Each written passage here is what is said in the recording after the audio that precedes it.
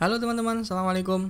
Lanjut lagi diskusi kita tentang WebGL Programming Today I Learn dari David W. Parker yang saya terjemahkan ke bahasa Indonesia. Hari ini kita sudah masuk ke video yang ke-10, nggak terasa. Dan di video kali ini kita akan fokus ke bagaimana cara penggunaan qualifiers. Salah satu qualifiers dalam shading language yang namanya attributes. Qualifiers ini ada macam-macam, diantaranya adalah attributes, kemudian texture, ada varying, dan yang lainnya yang populer adalah uniform. Hari ini kita bahas yang attribute. Ya, kita cek terakhir kemarin sudah selesai sampai folder 9.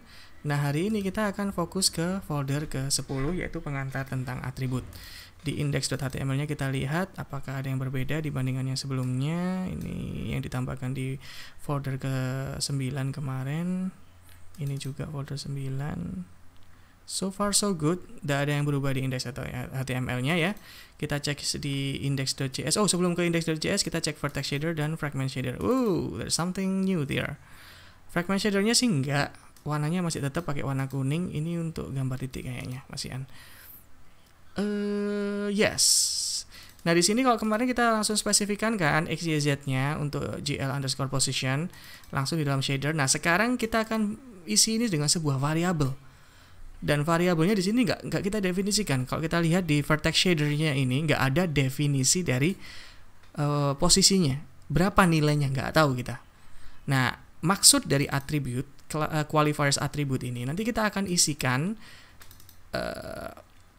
si a_position ini sebagai isi dari GL_position dari JavaScript file kita. Jadi kita akan isikan dari sana lewat yang namanya array buffer. Oke, array buffer. Array buffernya GPU. Nah, kita lihat nanti, kita masuk ke index.js-nya sekarang. Nah, kalau kita lihat ini programnya kita keluarkan juga. Kalau kemarin cuma canvas sama GL yang dikeluarkan, sekarang programnya kita keluarkan juga. Kita lihat resizer-nya. Ini mestinya sama kayak yang kemarin, nothing's different, ya sama. Cuman beda posisi aja ya. Mainnya kemarin kita tulis di atas, kalau sekarang kita pindah mainnya di bawahnya si resizer. Oke, window.add_event_listener resize, dengan resizers-nya kita masukkan ke dalam function main register-nya. Kemudian canvas kita isi. Saya kok jadi lupa kemarin namanya taruh mana kalau yang window. Wow, saya taruh di luar. Saya taruh di sini di global. Oke, nggak masalah sih, Kak Kacek lah. Ini saya tutup ya. Ini sekarang saya masukkan ke dalam fungsi main, tapi nggak masalah, nggak selisih. Selanjutnya, kalau kita lihat canvas sama GL konteksnya sama, vertex shader sama, fragment shader-nya tag-nya sama, programnya glutils.createProgram ini sama, use program, nothing's different. Sekarang rendernya, nah ini dia yang mulai berbeda di fungsi rendernya.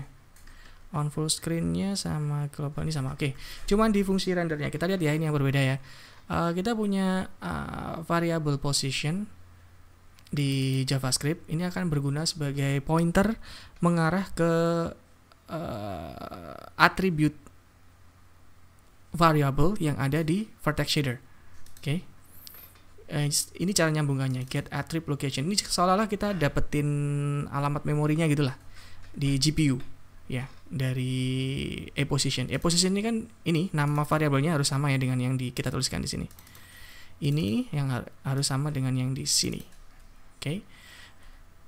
Dan kita taunya ini dan ini itu ada di dalam program kan. Soalnya kan habis selesai di create program, terus ini kan isinya. Jadi ini ceritanya sudah tahu kalau ini programnya sudah beres, sudah komputer sudah mulai use program di sini dalam ceritanya, ya kan. Nah, a_position akan kita cek kalau misalkan dia gagal mendapatkan alamat di memori, maka kita kirim error ini by default very unlikely to happen. Kita langsung anggaplah ini pasti banyak berhasilnya. Setelah kita dapatkan alamat di memori, maka kita ajarkan kepada a_position itu cara untuk membaca vertex attribute f. Oh, kita isi langsung di sini. kita isi langsung Vtrack tip 3F.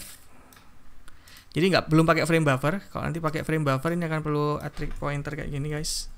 Tapi untuk hari ini ya ini nanti kalau misalkan lebih dynamic lagi, lebih dinamis lagi. Sementara hari ini kita fix ya. Kita cuman naruh definisinya di JavaScript gitu doang. Terus kita lempar 3F 3 float maksudnya ini. Kita lempar ke a-position di sini. Jadi ini akan dapat kayak vektor 4 gitu. Isinya adalah 0,0, 0,0, 0,0 sama 1,0. 1,0-nya itu kita kalau teman-teman mau definisikan semua lengkap ya pakai 4F. Kalau cuma definisikan yang V0 aja pakai 1F, maka yang elemen 2, 3, 4 ini akan dikasih default 0 sama shader, dengan asumsi berarti kita cuma concern dengan penggambaran di dimensi 1. Kalau pakai yang ini berarti concern di dimensi 2. Jadi nanti Z sama W-nya di default 0.